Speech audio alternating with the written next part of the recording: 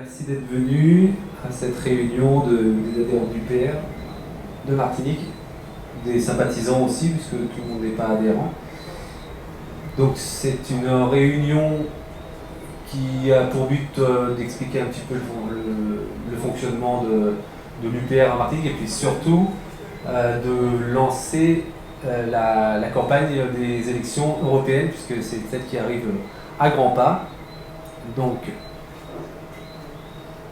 je vais déjà vous présenter la délégation de Martinique. Donc en chiffres, donc ça c'est la courbe des adhérents donc depuis 2012, parce que les premiers adhérents en Martinique sont arrivés entre 2013 et 2014.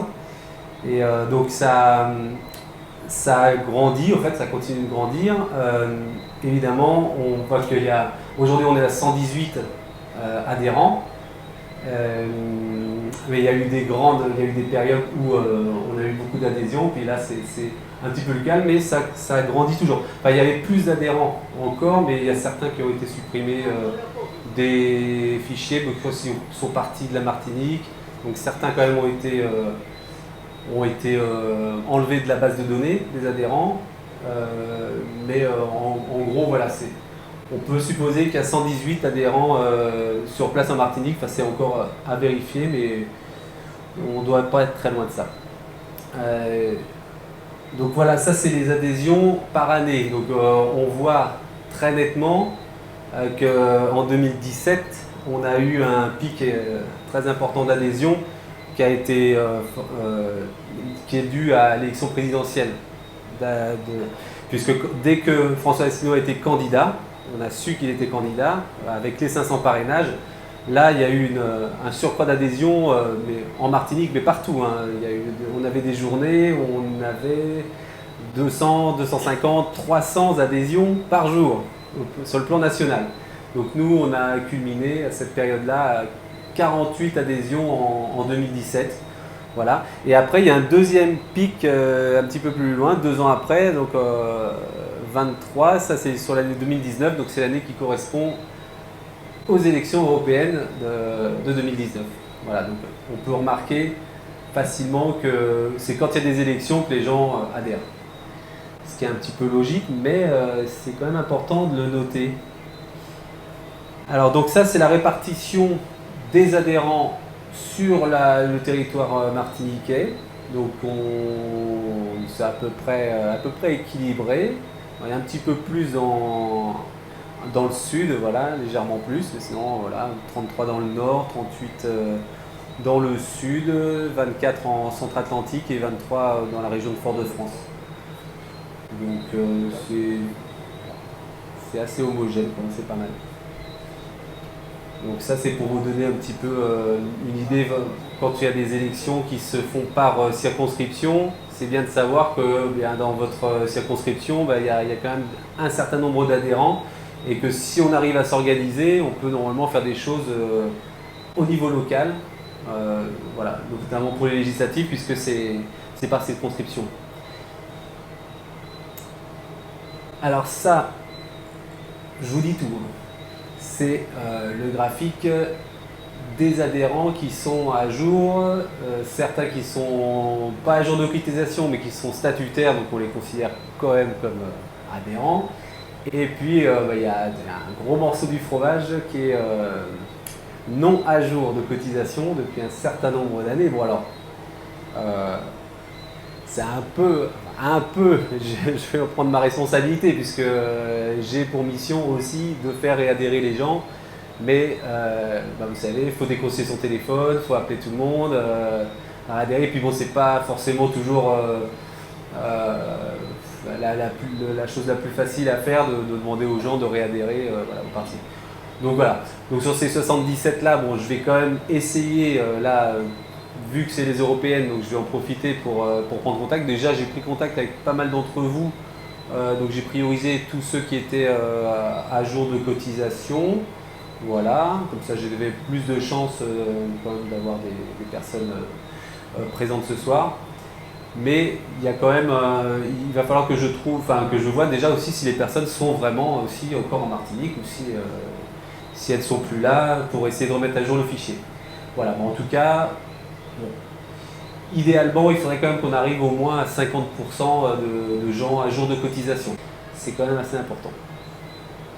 Parce que l'UPR n'est financé que par l'argent des adhésions et des dons qui lui sont versés. Il est donc très important de payer sa cotisation chaque année pour assurer notre indépendance financière. Parce comme le dit souvent François Asselineau, on ne reçoit pas de valise de Poutine. Voilà, c'est comme ça. Donc on a que nous pour nous financer et on se refuse catégoriquement de faire des emprunts bancaires. Parce que des emprunts bancaires, on est forcément redevable de la banque, on perd notre indépendance. Donc, et ça fait partie de l'ADN de l'UPR aussi, puisque si certains d'entre vous ont bien regardé le programme d'Asselineau, il est vraiment question de mettre le haut là sur les questions de financement des partis politiques, des campagnes, etc. C'est-à-dire, normalement, un parti politique, ça devrait fonctionner avec ses adhérents. Un parti politique qui n'a pas d'adhérents ou peu d'adhérents, ou pas suffisamment pour faire des dépenses somptuaires comme ils le font, ce ne sont pas des choses normales. Un parti politique devrait pouvoir se financer par ses adhérents et parce qu'il a des idées qui arrivent à convaincre. Voilà, donc ça fait partie de nos principes. Alors, donc on va parler des réseaux sociaux, parce que maintenant beaucoup de choses se font par Internet. Bouche à oreille, évidemment aussi, beaucoup. Mais ce serait bien qu'on soit un peu plus sur les réseaux sociaux, ce que je vais vous montrer. Alors, on a une page Facebook, il y a 626 abonnés.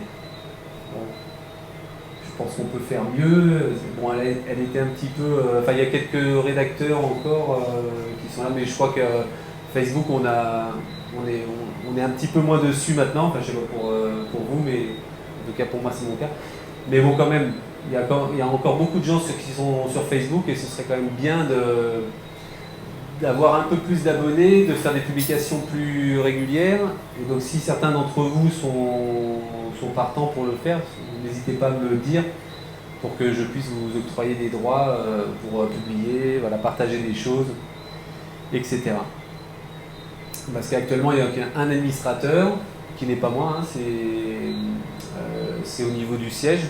Que depuis une certaine période, on a un petit peu verrouillé les accès parce que ça avait été utilisé à mauvais escient et donc maintenant il y a un administrateur et puis on a des rôles d'éditeur. Dans ce cas-là, vous me le dites et moi je fais passer le message à l'administrateur qui va octroyer les droits pour pouvoir publier. Donc voilà, c'est une page un petit peu abandonnée qu'il faudrait relancer, donc s'il y a des volontaires, n'hésitez pas. Alors on a aussi un compte X, anciennement Twitter, donc là on a un peu plus d'abonnés, 765, et par contre Twitter, je ne sais pas comment le faire, mais apparemment il n'y a qu'un administrateur, on ne peut pas avoir comme sur Facebook plusieurs éditeurs, je ne sais pas trop, peut-être je me trompe, mais il me semble qu'on ne peut pas vraiment partager parce qu'il y a un mot de passe. Par contre, ce qui est important, ce qui serait bien, c'est que tout le monde peut créer un compte Twitter très facilement avec un pseudonyme, si vous ne voulez pas dire votre nom vraiment. Et ça permet de relayer en fait sur ce réseau social-là toutes les analyses d'Astido, les commentaires, faire des commentaires, et puis de faire une émulation sur Twitter. Aujourd'hui, politiquement, en politique, c'est beaucoup plus Twitter qui est utilisé que Facebook et c'est beaucoup plus efficace aussi, nous on trouve. Donc c'est vrai qu'actuellement on a quand même mis beaucoup plus accent sur Twitter, sur X. Donc voilà, ça, je sais pas si tout le monde a un compte Twitter ou X, non? Oui? Bon. En tout cas, ceux qui n'en ont pas, c'est bien d'en créer un pour relayer. Et puis on a alors une chaîne YouTube qui avait été créée il y a un bon petit moment. Alors là, il y a 6 abonnés, c'est pas beaucoup. Il n'y a pas beaucoup de choses. Il serait bien quand même de mettre un petit peu de contenu dessus, peut-être ça peut apporter. Il y avait un délégué en Guyane qui faisait pas mal de vidéos sur YouTube. Alors, c'est les vues, évidemment, on va pas faire. Enfin, ce serait bien, mais on n'aura pas forcément les mêmes résultats que François Asselineau. Mais ce serait quand même pas mal d'avoir quand même des vidéos, des supports pour diffuser sur cette chaîne YouTube aussi. Voilà, donc là il y a un administrateur, voilà, mais que 4 vidéos en ligne, donc il faudrait peut-être l'alimenter un petit peu. Voilà, donc ça c'est pour les réseaux sociaux. Donc après cette réunion, de toute façon on va rester en contact, je vous solliciterai pour les besoins de ces réseaux. Voilà. Il y a des questions peut-être? Non. Oui. Sur ces réseaux sociaux, il n'y a que l'UPR Martinique. Là, Par exemple, ça. sur YouTube, il n'y a pas les vidéos de la saison. Non. C'est vraiment spécifique à la C'est que la Martinique, oui. Ouais. C'est pour ça qu'il n'y en a que 4. C'est un challenge. Voilà. Bon. On peut aussi peut-être poster sur cette chaîne-là des vidéos d'Asselineau ou des morceaux de vidéos d'Asselineau, ce qui peut être pas mal. Faire des montages, alors ça, il faut avoir quelques connaissances en la matière pour faire des montages vidéo. Et c'est vrai que ça pourrait être pas mal de faire des formats un peu courts et puis de les mettre en ligne, en effet, pour alimenter. Mais c'est vraiment la chaîne locale. Hein. Bah, tous les réseaux sociaux sont locaux. Ça la recène un peu. Oui. Moi, je vais sur Internet, je suis sur YouTube, et j'ai de temps en temps, un peu plus rarement maintenant, mais toutes les interventions d'Asselineau. Oui, bien sûr, oui. Voilà, donc je ne sais même pas pourquoi on a besoin il faut aller chercher un peu. Alors, oui, celle-ci, il faut vraiment aller chercher, mais ça, c'est plus pour les besoins en local. Voilà, parce que Asselineau, lui, va faire des vidéos au niveau national, il ne va pas beaucoup parler de la Martinique de manière particulière. Nous, ce qui serait bien, c'est que cette chaîne-là, pour diffuser localement, notamment pendant les élections, pendant les campagnes, c'est un support, on va dire. On peut mettre un lien sur les réseaux sociaux vers la chaîne YouTube, par exemple. Ça peut être vraiment bien de... voilà. En tout cas, ça peut faire connaître des gens, en tout cas qu'il y a une délégation en Martinique, par exemple. Moi, je le dis systématiquement aux gens, si vous voulez savoir ce qui se passe ailleurs à Asselineau. Et je vois que les mecs, ils écoutent Asselineau, ils comprennent que le discours d'Asselineau, c'est le seul vrai discours. Oui, c'est très bien. Ça, faut continuer à le dire, c'est vrai.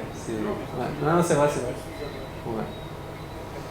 Non, c'est vrai que voilà, on ne sait pas pour rivaliser avec Asselineau, loin de là, parce que l'idée, c'est vraiment de le faire connaître. Et parfois, ça peut être juste une petite étape. Quelqu'un qui va tomber sur une vidéo en Martinique et puis il dit bah, tiens, qu'est-ce que c'est l'UPR, et va peut-être aller un petit peu plus loin et puis voir vraiment les vidéos d'Asselineau. Donc ça, c'est pour les réseaux sociaux. Alors ensuite, voilà, donc on va attaquer ce sujet-là. Donc c'est vraiment ce qui nous rassemble ce soir. Là, c'est vraiment le lancement des élections européennes de 2024. Donc c'est crucial pour nous. Pardon. Moi, j'ai une petite question sur les réseaux sociaux. Asselineau est sur X, mais il remet ses mêmes posts sur Telegram.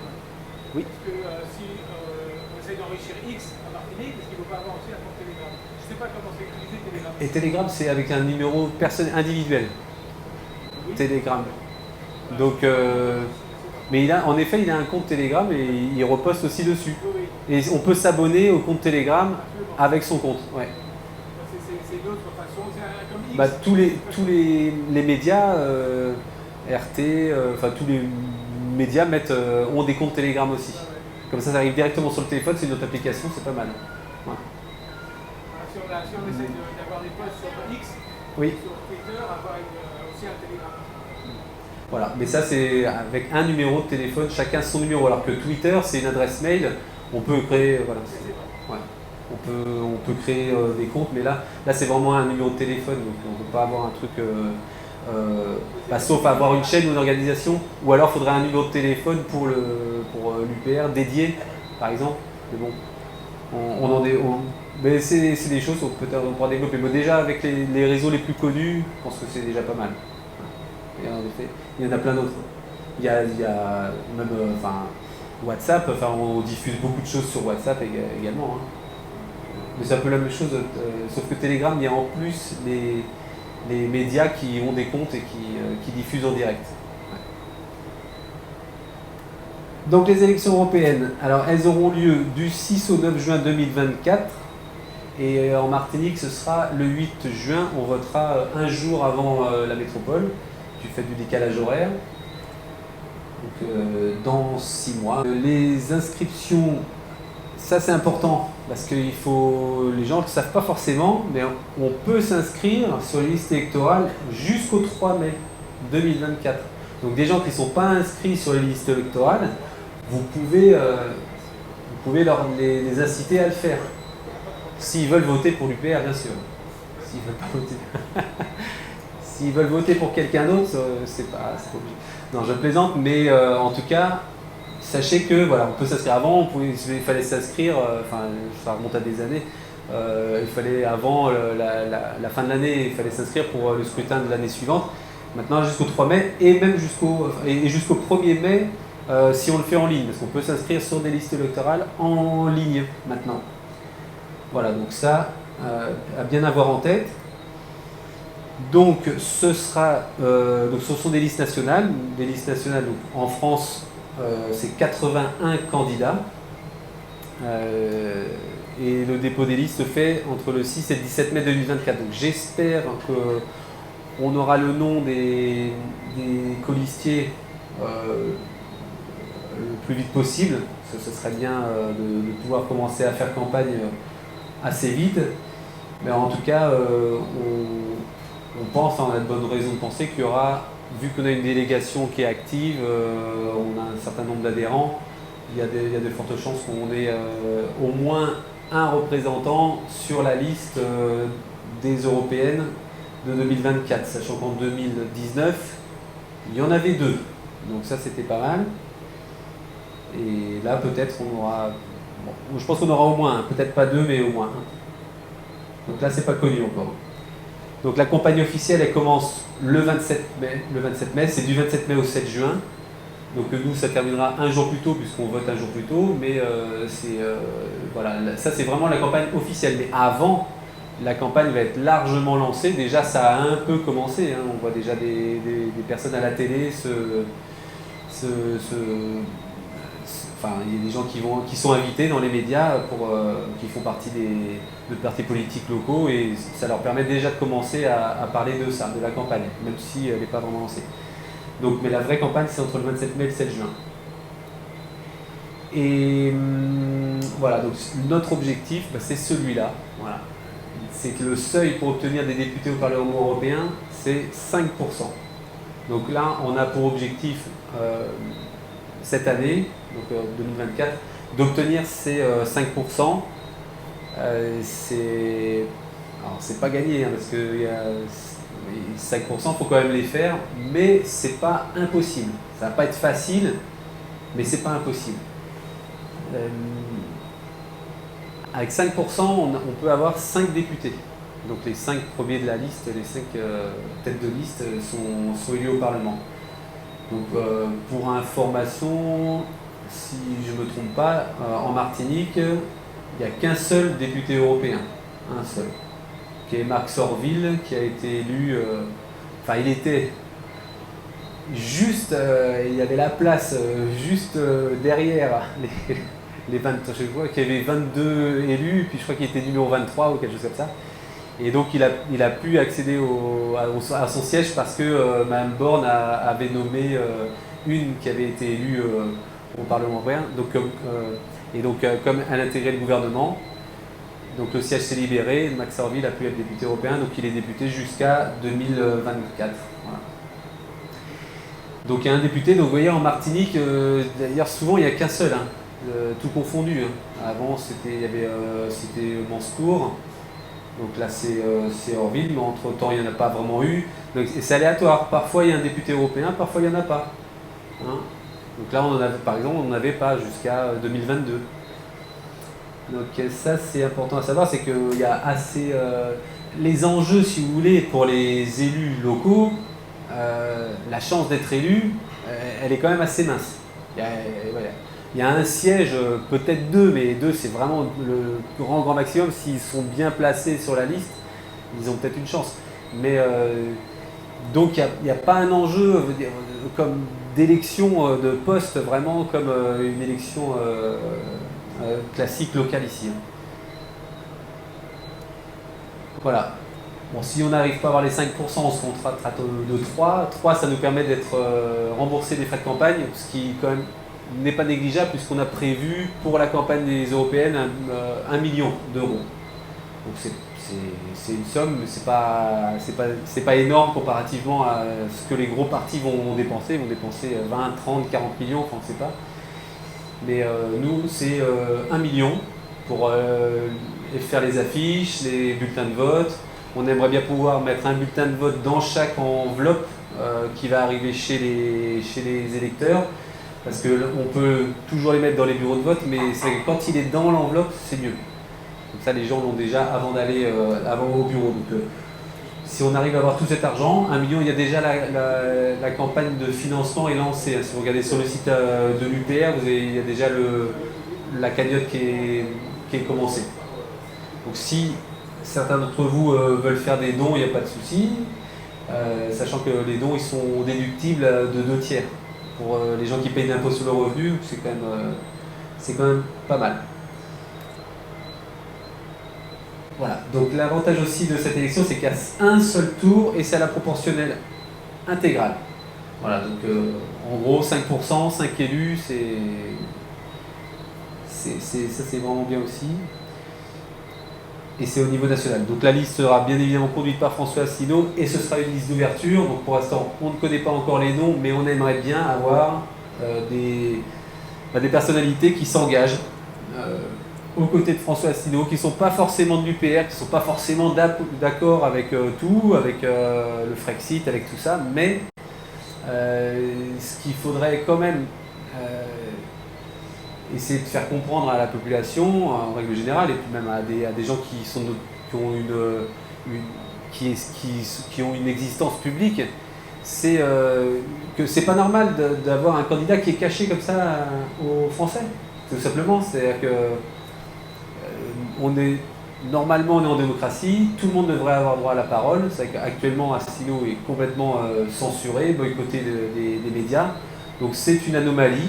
C'est quelque chose qu'il faudrait qu'on rectifie, qu'on puisse faire rectifier. C'est si on pouvait avoir des prescripteurs sur notre liste, des gens qui soient très connus. Je dis un exemple au hasard. Par exemple, si on avait Zinedine Zidane sur notre liste, on pourrait faire un bon score, je pense.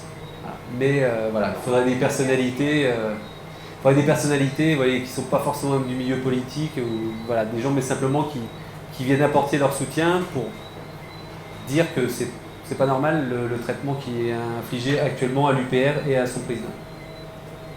Donc ça c'est pour les élections européennes. Alors je vais vous parler justement, faire un petit récapitulatif de ce qui s'était passé en 2019. Alors ça, c'est pour la Martinique. Donc vous voyez, il y a en inscrit tout en haut 301 000 inscrits en 2019. Hein. Donc il y a 255 663 personnes qui se sont abstenues. Ça fait quand même pas mal, ça fait 84,78% des gens qui ne veulent pas voter, qui ne sont pas allés voter pour les européennes. Seulement 45 900 sont allés voter. Et dans ces 45 900, il y a 3 571 qui ont voté blanc, 2 976 qui ont voté nul. Donc ce qui fait que le score en fait, se base sur 39 362 votants. Hein, puisque les blancs et nuls, pour ceux qui pensent que ça fait quelque chose, en fait ça sert à rien. Ça sert absolument à rien de voter blanc ou nul, puisque de toute façon, ils ne sont pas comptabilisés. On ne comptabilise que les exprimés. Donc 39 362, ce qui fait que pour faire en gros pour faire 1%, il faut à peu près 400 voix en Martinique, avec une abstention de 85%. Donc c'est vrai que si on pouvait aller chercher, c'est pour ça que si vous connaissez des gens qui votent blanc et nul, il faut leur dire. Il faut leur dire ça sert à rien. Dans ce cas-là, autant s'abstenir, voilà, mais ça sert à rien. Mais sinon, ceux-là, moi je pense que c'est ceux-là qu'il faut aller chercher, parce qu'il y a quand même pas mal, ça fait plus de 6000 quand même. Hein. Ça fait 6000 personnes qui ne vont pas, qui votent blanc ou nul. ben, si on arrivait à récupérer des gens, parce qu'ils vont quand même voter, donc si on leur dit au lieu de voter blanc, tu votes pour Asselineau, voilà, parce que tu le connais pas, lui, tous les autres, tu les connais, t'en veux pas, c'est normal, nous non plus, on n'en veut pas, personne n'en veut plus d'ailleurs. Maintenant, il y a quand même un candidat qui est caché, plutôt que voter blanc ou nul, va voter Asselineau. Voilà. Il y a quand même des gens à aller chercher ici. Et voilà, alors ça c'est les résultats en Martinique. Voilà, j'ai surligné ensemble pour le Frexit. On a fait en 2019 895 voix. Donc ça représente 0,3% des inscrits et 2,27% des électeurs qui ont voté, des votants. Donc 2,27, ce qui nous met quand même devant, donc on est devant l'Alliance Jaune et Révolte, etc. Et on est devant Debout la France aussi, en Martinique. Donc c'est quand même pas mal pour un parti qui n'est absolument pas médiatisé, en tout cas beaucoup moins que ne l'est Dupont-Aignan. Donc on arrive en Martinique, on arrive 12e, donc, en étant un parti complètement ostracisé. Et ça, c'est les résultats au niveau national. Donc au niveau national, on est 13e, on a une place en moins. Et on fait 1,17% parce qu'il y a une abstention qui est beaucoup moindre. En métropole, c'est à 50% l'abstention, à peu près. Donc nous, c'est 85%. Donc l'abstention, pour nous, c'est un moyen de faire... en gros, visuellement, on peut faire un score. Voilà. Parce qu'il y a de l'abstention. En métropole, un peu moins parce qu'il y a 50, voilà, mais donc nous, en fait, en gros, généralement, on fait toujours à peu près 2 fois le score qu'il y a sur le plan national. Voilà. Donc c'est vrai que si nous, en gros, si vous me suivez bien, si on veut faire 5% au niveau national, il faudrait qu'on fasse 10 ici, en Martinique. Voilà. Donc, et si on faisait 10% en Martinique, ça ferait quand même, à mon avis, ça pourrait quand même alerter un peu, en tout cas surprendre les observateurs. C'est pas impossible de le faire. C'est pas facile, mais ce sera pas impossible, puisque pour avoir 10%, il faudrait faire 4000 voix. Donc, puisque 1%, ça vaudrait 400 voix. 4000 voix, c'est beaucoup, mais c'est pas si énorme que ça. Hein. Sur 34 communes, vous avez 100, 110, 120 personnes qui votent pour l'UPR, on y est, en moyenne. Donc c'est pas complètement impossible, par contre c'est beaucoup de travail sur le terrain pour aller chercher les électeurs. Donc voilà, là on arrive justement à la mobilisation des adhérents. Donc il va être très important de demander à tout le monde de s'inscrire sur les listes électorales jusqu'au 3 mai, en tout cas ceux avec qui vous discutez de politique, qui soit veulent pas les voter ou voter blanc ou quoi que ce soit. Vous leur dites, bon, tu t'inscris, tu votes pour Asselineau, on verra après. Bon, en tout cas, c'est important de leur rappeler ça. Il faut vraiment les inciter à voter pour l'UPR, pas de vote utile, ni blanc ni nul, enfin ça sert à rien, surtout qu'au Parlement européen, comme je vous dis, il y aura un député martiniquais, qu'est-ce qu'il va faire au Parlement? Enfin, il ne peut que essayer de dire que oui, il va faire ci, il va faire ça pour la Martinique, mais dans les faits, enfin, vous savez très bien qu'il ne peut absolument rien faire. Il y a 700 députés. La Martinique, je pense que sur les 700 députés qui sont au Parlement européen, il y en a peut-être même pas la moitié qui savent que la Martinique existe, et peut-être même pas un quart qui est capable de la placer sur une carte. Voilà. Donc il faut vraiment expliquer ça aux gens ici, que l'enjeu n'est pas du tout local. L'enjeu, il est national, il va vraiment au-delà des frontières de la Martinique. Et c'est vrai que voter pour l'UPR, c'est vraiment un vote de contestation. Moi, je pense que c'est possible, puisque les gens ont voté FN en majorité ici pour la présidentielle. C'était vraiment un vote contestataire. On est bien d'accord là-dessus. Il n'y a pas 60% des Martiniquais qui sont devenus pro-Rassemblement National comme ça d'un coup. C'était vraiment un vote contre Macron. Donc c'est vrai que nous, aujourd'hui, en fait, nous, on veut vraiment faire du vote UPR le vote contre tous, en fait, contre tous les autres qui font tous la même chose, voilà, qui sont tous pour une autre Europe. Voilà. Nous, on explique qu'il faut sortir de ça. Donc c'est très important de le marteler. Voilà, donc voilà, c'est après 400 voix, c'est ce que je vous disais, hein, le fait de l'abstention. Donc on va organiser des réunions ou des débats publics, ce serait bien de trouver des salles, des endroits pour se réunir. Il faudrait réussir à faire une émulation autour de notre délégation. Donc ça va être important de faire du terrain en fait. Donc voilà, trouver des salles, des lieux pour des réunions publiques. Il y a des tracts, donc il faut essayer d'en distribuer au maximum. Distribuer, mais pas forcément dans la rue comme ça au tout venant, mais à quelqu'un avec qui on discute politique. Bah tiens, va regarder ça tranquillement, upr.fr, il y a les vidéos. Voilà, pas forcément, parce que distribuer dans la rue, c'est pas... bon. Pendant la campagne, oui, dans les boîtes aux lettres, ça peut se faire aussi. Mais c'est vrai que de la main à la main, c'est quand même beaucoup plus efficace parce qu'il y a toujours un petit mot en plus, en même temps, c'est important de distribuer des tracts, de coller des affiches, donc sur les espaces d'affichage libre. Donc là, il faut se renseigner auprès des mairies où est-ce qu'on peut coller des affiches librement. Il faut éviter de les coller un peu partout, pas n'importe comment, parce qu'on a pris des amendes, pas forcément ici, mais un petit peu partout en France.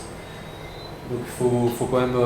Et puis de toute façon, c'est vrai que c'est pas terrible non plus de coller un peu partout, à tout va, ça donne pas forcément toujours une bonne image. Donc, mais de temps en temps, ici ou là, bien placé, bien visible, voilà, faut pas forcément trop... Faut pas abuser, mais essayer de se renseigner auprès des mairies pour l'affichage libre. Si certains d'entre vous connaissent des journalistes, voilà, ce serait bien de se rapprocher d'eux aussi, des médias locaux pour expliquer qu'il y a une délégation en Martinique, que ce serait bien d'être reçu voilà, pour des interviews, des émissions ou quoi que ce soit, des débats. Voilà, donc ça, essayez de faire marcher vos contacts. Et puis en faire part, si vous avez des connaissances, de les envoyer. Ce serait bien aussi s'il y a parmi certains d'entre vous qui ont des sujets qui leur tiennent à cœur sur beaucoup de choses, hein, ça peut être au niveau de la santé, je sais pas,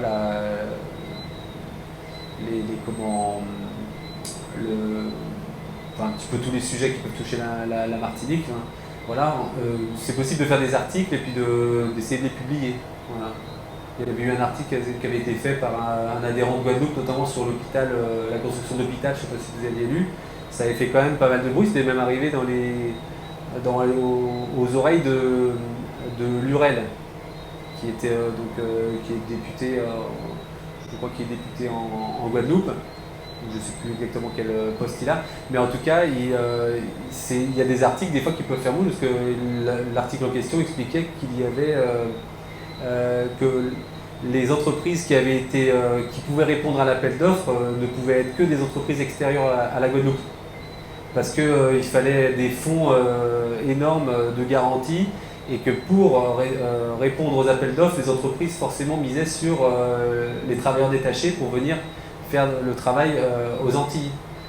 Et ça, c'est vrai que ça a quand même heurté un petit peu la sensibilité, et c'est la vérité en plus, c'est que les entreprises qui viennent faire des gros projets font appel à des travailleurs venus de Pologne, enfin d'un petit peu partout. Et c'est vrai que dans un contexte de fort chômage en Martinique, ou d'entreprises qui ont des difficultés à avoir des marchés, ça fait quand même un peu tâche. Donc il y a des articles comme ça, si vous avez des choses comme ça qui peuvent être sorties, ça peut être pas mal. Voilà, créer du contenu, des vidéos, etc. pour les réseaux sociaux. Donc ça, voilà, je sais qu'il y a des infographistes parmi nous, donc ce serait pas mal en effet de pouvoir créer des petites vidéos, des séquences pour mettre sur les réseaux, pour essayer de toucher un maximum la population sur place. Et évidemment, le bouche à oreille, parler à son entourage, collègues, famille, amis, etc. Ça faut vraiment, c'est sans relâche. Il faut vraiment y aller, parce qu'on a toutes les raisons de le faire. Il ne faut pas vraiment, honnêtement, pas avoir de scrupules à le faire.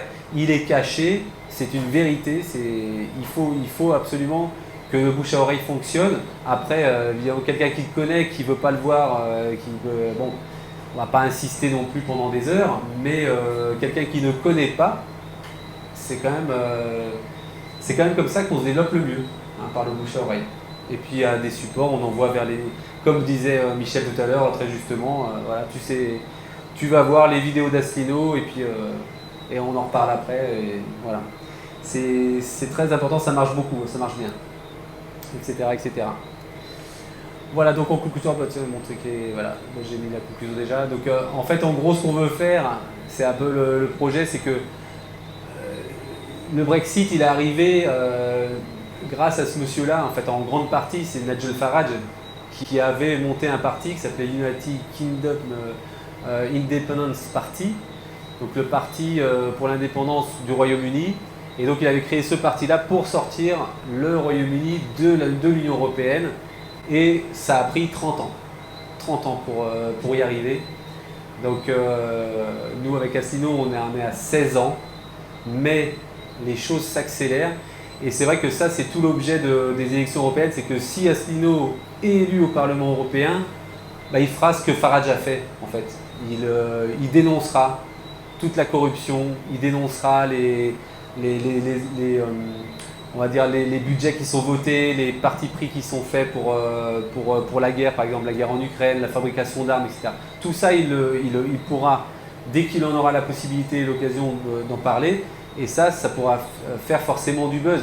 Ça ne pourra que s'imprégner de plus en plus dans la population française en général, parce que bah, forcément, ce sera vraiment la voix de la France au Parlement européen, la voix de ceux qui veulent sortir de l'Union européenne. Voilà, je vous remercie pour votre attention.